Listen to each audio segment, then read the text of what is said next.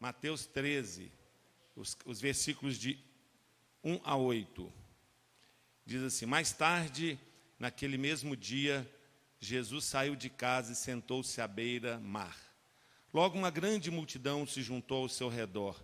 Então ele entrou num barco, sentou-se e ensinou o povo que permanecia na praia. Jesus contou várias parábolas como esta. Um lavrador saiu para semear.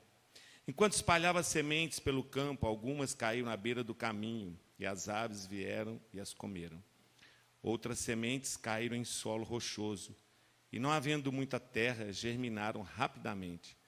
Mas as plantas logo murcharam sob o calor do sol e secaram, pois não tinham raízes profundas. Outras sementes caíram entre espinhos, que cresceram e sufocaram os brotos. Ainda outras caíram em solo fértil, e produziram uma colheita 30, 60 e até 100 vezes maior que a quantidade semeada. Quem é capaz de ouvir, ouça com atenção. Agora nós vamos dar um pulo até o versículo 19, desse mesmo capítulo. Diz assim, é a explicação da parábola. Agora ouçam, versículo 18, agora ouçam a explicação da parábola sobre o lavrador que saiu para semear. As sementes que caíram à beira do caminho representam os que ouvem a mensagem sobre o reino e não a entendem. Então o maligno vem e arranca a semente que foi lançada em seu coração. As que caíram no solo rochoso representam aqueles que ouvem a mensagem e, sem demora, a recebem com alegria. Contudo, uma vez que não têm raízes profundas, não duram muito. Assim que enfrentam problemas ou são perseguidos por causa da mensagem, cedo desanimam. As que caíram entre os espinhos representam outros que ouvem a mensagem, mas logo ela é sufocada pelas preocupações desta vida e pela sedução da riqueza, de modo que não produzem fruto. E as que caíram em solo fértil representam os que ouvem e entendem a mensagem e produzem uma colheita 30, 60 e até 100 vezes maior que a quantidade semeada. Tem uma música no ponto aí, Rubem. Hoje eu vou fazer uma coisa diferente. Com todo respeito aí, né? Essa música eu não daria para você pedir para vocês tocar, não, que você não conseguiria. Mas a interpretação dela do Quarteto Vida é difícil, né? Então, queria que vocês ouvissem essa música, que foi escrita por Guilherme Kerr e interpretada pelo Quarteto Vida. Aí você fala assim, Quarteto Vida, quem é Quarteto Vida?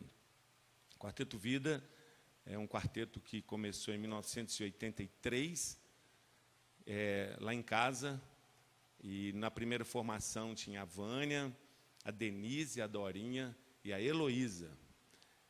E depois, num segundo momento, entrou a Lerci no lugar da Heloísa. A Lerci é irmã do Luiz Andrés, que é aqui dessa igreja, né? A tia do Djalma, é isso mesmo. Cadê? A tia do Djalma. E essa gravação foi feita já com a Lerci, no lugar da Heloísa, num CD intitulado As Parábolas e Outras Histórias que Jesus Contou. Então, curtam aí, por favor.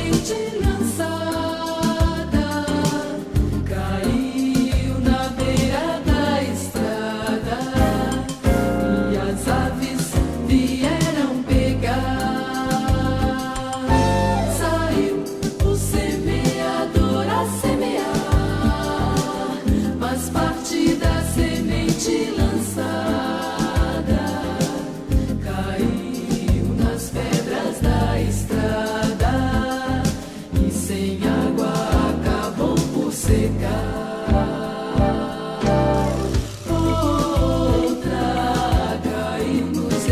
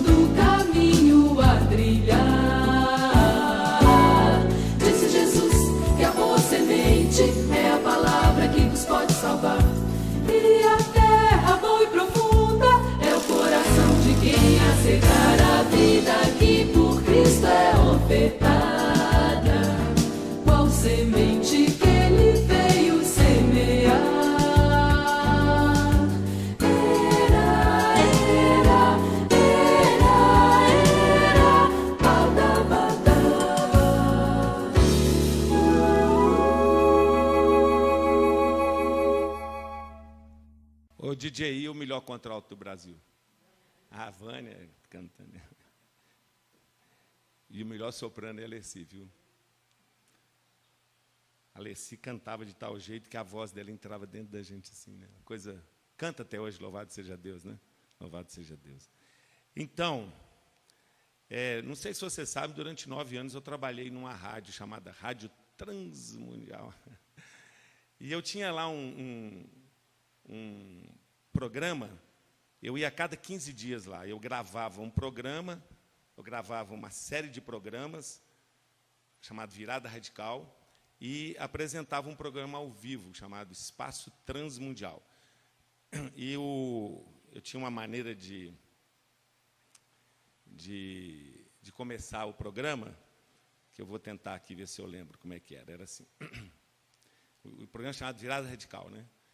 Então eu começava assim: eu aqui, você aí, nós dois ligadinhos no amor de Jesus. Esse é o seu Virada Radical com esse amigo de vocês, Marcelo Gualberto.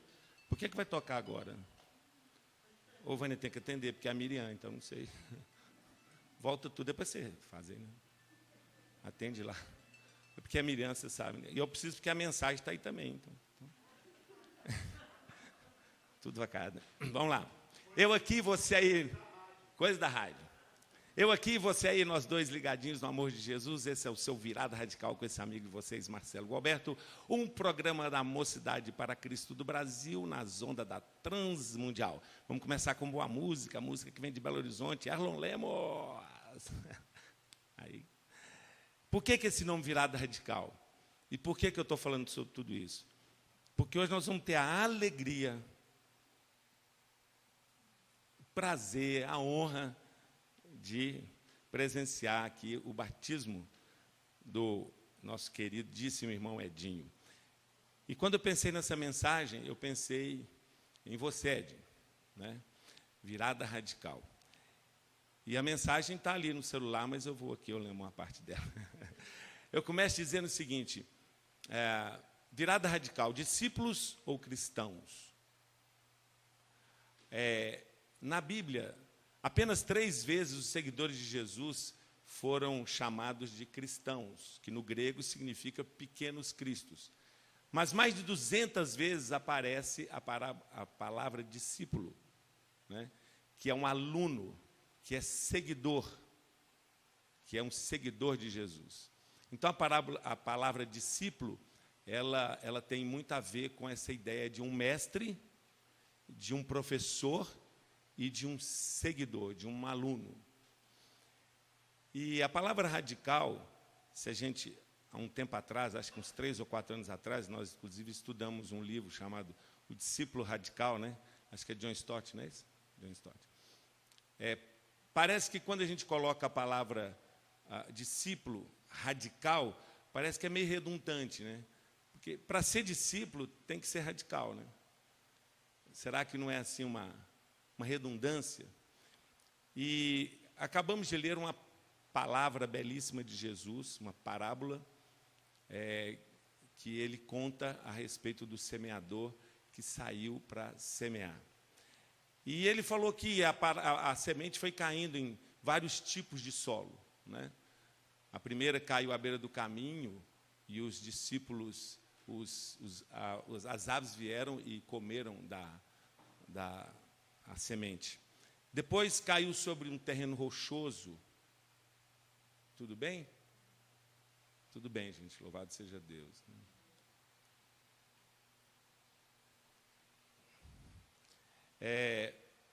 Bom, vamos pegar aqui, né?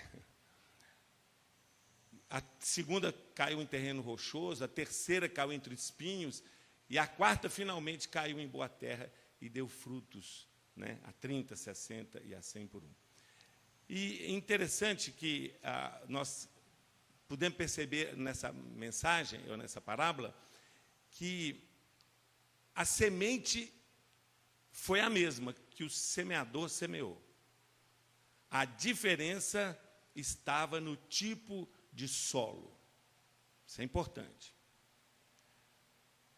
Segunda lição que aprendemos assim, rapidamente, é que a primeira caiu na beira do caminho, as aves comeram. Mas todas as outras 3 sementes germinaram. Elas cresceram, mas só uma frutificou.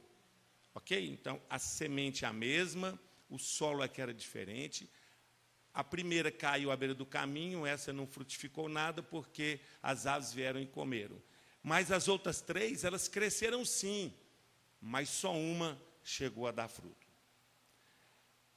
Vamos falar um pouquinho sobre a que caiu no solo rochoso. E vamos chamar esse solo rochoso de cristão nominal ou cristão superficial. Porque num país, gente, como o nosso, dito cristão, né, essa palavra cristão perdeu muito a sua força. Porque basta você frequentar uma igreja católica, evangélica ou qualquer outro ramo do cristianismo que você é chamado de cristão. Mas a palavra discípulo, ela vem com muito mais força, porque tem a ver com um aluno e com um mestre, com um professor, com um seguidor de Jesus, né? Então vamos chamar esse solo rochoso de cristão nominal, cristão superficial. E infelizmente, gente, cresce demais o número de cristãos nominais que frequentam igreja, que vão aos cultos, que frequentam missas, que dão oferta, dão dízimo, trabalham, são boas pessoas. Mas são pessoas que não têm raiz em si mesmo, não sabe o que quer. Chegada a angústia, ou a perseguição, ou a tribulação, logo se ofende.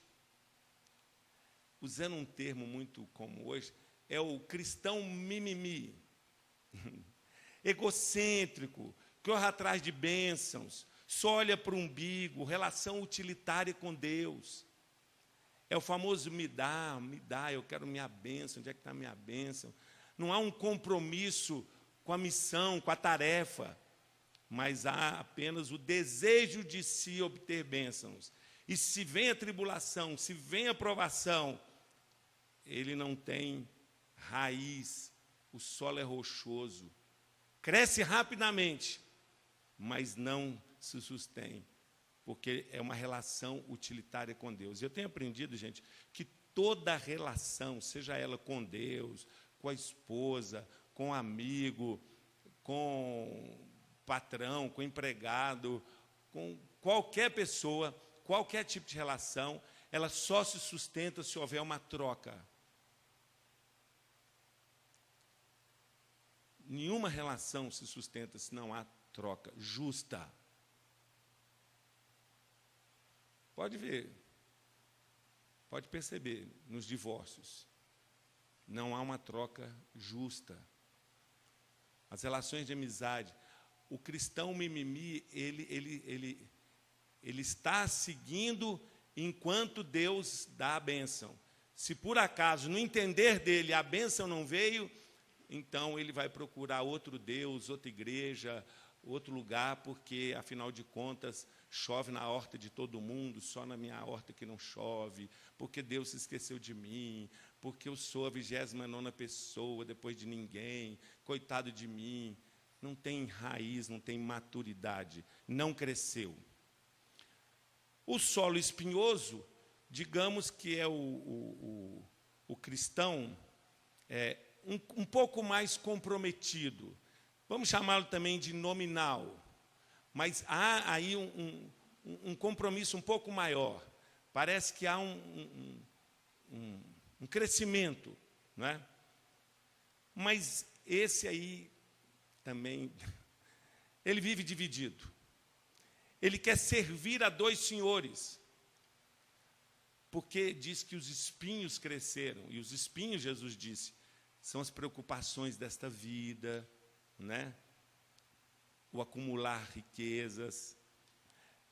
Ele vive dividido e quer servir a 2 senhores. Acha ser possível passar pela porta estreita e caminhar no caminho largo. Se considera um seguidor de Jesus, mas não quer pagar o preço do verdadeiro discipulado. Há um preço sim, gente, porque, como eu disse aqui, o discípulo, o seguidor, é um peixe contra a correnteza. Ele vive preocupado com as demandas desta vida, né? E num tempo desse de pandemia, eu falo que agora é hora de separar quem é quem realmente, né? Quem é quem? Quem realmente é um seguidor de Jesus. Porque lembra que eu falei, gente, que ia chegar perto? No início da pandemia eu falei, 4 estágios. O primeiro estágio é aquele negócio, está acontecendo lá na Europa, hein?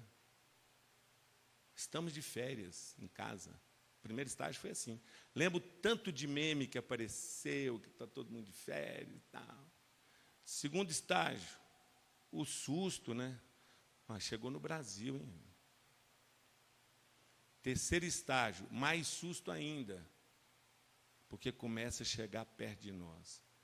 E o quarto estágio é o que eu estou vivendo. Acontece dentro da casa da gente. E aí, quando acontece dentro da casa da gente. Então, eu preciso confessar com vocês, quando o telefone tocou, que eu vi que era Miriam, você dá aquela respirada, eu falei, meu Deus, fica firme aqui para não... Né? Porque está muito perto de nós, as notícias são muito próximas. Acontece com quem a gente ama, né? Numa situação que você só pode depender de Deus. Aliás, o só é tudo, né? Porque o meu genro estava doente, ficou dentro de casa, trancada, a Miriam teve que cuidar das meninas, aí a minha netinha começou a passar mal, aí a Miriam começa a passar mal também, e a gente não pode ir lá e não pode fazer nada, e pode fazer tudo, que é orar e falar, Deus, Deus, tem misericórdia. Então é nessa hora que, como é que é ela? Separa os homens dos meninos, né? É nessa hora que você fala, Senhor, eu tenho que crer naquilo que eu prego, eu tenho que crer naquilo que eu prego. Mas eu confesso para vocês, gente, fiquei abaladinho de tudo, né? Abaladinho. E graças a Deus pela vida da Vânia, que ela é mais crente do que eu, Vedinho, então ela fica firme. Mas eu fiquei muito abalado, assim, preocupado. Mas eu trouxe à minha memória o que pode dar esperança. E aí, o solo fértil, vamos falar do solo fértil, vamos passar, né? Que é o chamado discípulo radical, conforme John Stott, né? Ele compreende que ser um seguidor é mais do que ser um religioso. Ser seguidor significa produzir fruto, ou seja, ele é reconhecido como um pequeno Cristo. Por onde ele anda, as pessoas falam, puxa, você se parece com Jesus. E entre tantas outras, John Stott, ele separa as seguintes marcas, que nós estudamos ao longo de, acho que 7 terças-feiras nos nossos grupos. John Stott fala de inconformismo. Então, Edinho, você como um seguidor radical, você que está dando essa virada radical na sua vida, você tem que ser um cara inconformado. Inconformado. O seguidor de Jesus é inconformado. Paulo fala, não vos conformeis com este século, ou seja, não pensem da mesma maneira que o mundo pensa, não tomem a forma desse mundo, não sigam as regras desse mundo. Outra marca é semelhança com Cristo. As pessoas têm que olhar para nós e se lembrar de Deus, de Jesus. Essa é a vontade de Deus, que nos pareçamos com Cristo. Maturidade, esse é o caminho da fé. Que a gente tem visto em você, Edinho, na sua caminhada. Cuidado com a criação. Nós somos colocados aqui, a gente sabe que é uma luta paradoxal, não vai ter jeito, mas nós temos que lutar como se tivesse jeito para cuidar do jardim de Deus. Simplicidade. O verdadeiro cristão tem um estilo de vida simples. E a gente vê isso em você, Edinho. Seu estilo simples de ser. Ontem nós estávamos assistindo aqui com a juventude o capítulo número 6 do The Chosen, né? E eu já assisti, mas mais uma vez eu tive que chorar muito. quem não assistiu tem que assistir. Eu acho que assim, a gente tem que passar, não ter música nem nada, e falar assim, ó, é isso aí, gente. A pregação, está tudo aí. Né? Porque a pessoa que escreveu, ela foi tão iluminada por Deus, porque ela representou exatamente, na minha percepção, o que se espera de um pequeno Cristo. É olhar para Jesus e ver... Porque certa vez falaram assim, Jesus, mostra-nos o Pai. Aí Jesus falou assim, mas cara, eu estou aqui com vocês há tanto tempo, e vocês não sacaram ainda? Quem me vê a mim, vê o Pai. Então, gente, quer saber como é que Deus é? Olhe para Jesus. Olhe para Jesus, assista o The Chosen. Você vai ver. Que camarada simples, tão perto de nós. E isso é que me marca muito nessa série, é o retrato de Jesus verdadeiramente homem. Um Jesus que brinca com as crianças, que vai na festa do casamento, que quando faz um milagre, dá uma piscadinha. Eu gosto daquelas piscadinhas dele, fazer o quê, né? Um Jesus muito próximo, um Emanuel. É assim, Edinho, continue assim. Estilo de vida simples, né? Eu tive a alegria de me convidar para um almoço na casa da Edi, porque o Edinho queria conversar comigo, o negócio do batismo, não sabia o que era. Aí eu me convidei. Falei, qual o cardápio aí? A Edi falou, não resolvi ainda, mas o que tiver vai ser bom. Eu só fiz uma pergunta, vai ter angu? Não. Então, eu já contei aqui, mas vou contar de novo. É assim, ó. Essa eu aprendi com o Wagner. Chegaram por Wagner, o Wagner, nosso queridíssimo primo da Edi. Wagner, você gosta da Luciana? Demais da conta, a Luciana é a esposa dele. Né? Você gosta da sua mãe, Wagner? Pelo amor de Deus, claro que eu gosto. E você gosta de angu, Wagner? Então é assim, né? Então nós fomos lá e tivemos uma tarde extraordinária, não foi? Conversamos, comemos angu, frango com quiabo, no fogão de lenha ali, comemos torresmo. Foi muito maravilhoso. E eu imagino Jesus assim, sentado à mesa, comendo frango com quiabo, o angu, né? Eu penso tanto em Jesus assim que eu escrevi um livro de Jesus tomando café lá em São Lourenço. Né? Então, Edinho, simplicidade. Equilíbrio, né? Porque nós não somos seres espirituais, nós temos 4 áreas na nossa vida, física, mental, social e espiritual. Então, temos que cuidar de todas as áreas. Dependência de Deus total, porque se o Senhor não edificar a casa, em vão trabalhos que edificam. Eu estou tirando, Edinho, do meu vocabulário várias expressões que eu usava. Né? Eu já falei aqui na igreja e vou falar de novo. Não fale essa expressão. Em alguma situação, você fala, eu preciso de dinheiro, nós precisamos de dinheiro. Ninguém aqui precisa de dinheiro. Você não precisa de dinheiro. Você precisa só da bênção de Deus na sua vida. É isso que nós precisamos. É total dependência de Deus. Porque se o Senhor não edificar a casa, em vão trabalham os que edificam. Inútil, Edinho, será você levantar de madrugada, comer o pão que penosamente você vai ganhar. Sabe o que Deus faz? Você é um amado de Deus. Enquanto você está dormindo, ao Senhor, aos seus amados, Ele dá enquanto dorme. Enquanto você dorme, Deus está renovando sobre a sua vida as misericórdias do Senhor, que são a causa de nós não sermos consumidos. E a última característica do discípulo radical é morte. Já estou crucificado com Cristo, eu vivo, não mais eu, mas Cristo vive em mim, e a vida que agora eu vivo, vivo na fé do Filho de Deus, o qual me amou e se entregou a si mesmo por mim. Essas marcas, Edinho, que a gente quer ver na sua vida, essas marcas que eu quero ver na minha vida. Eu quero ser esse terreno fértil. Eu quero ser esse terreno que produz fruto para a glória de Deus, a 30, 60 e a 100 por 1. Dentro da minha própria casa, onde eu trabalho, nos meus relacionamentos, eu quero ser esse terreno fértil, cuja semente vai brotar e vai dar muito fruto para a glória de Deus.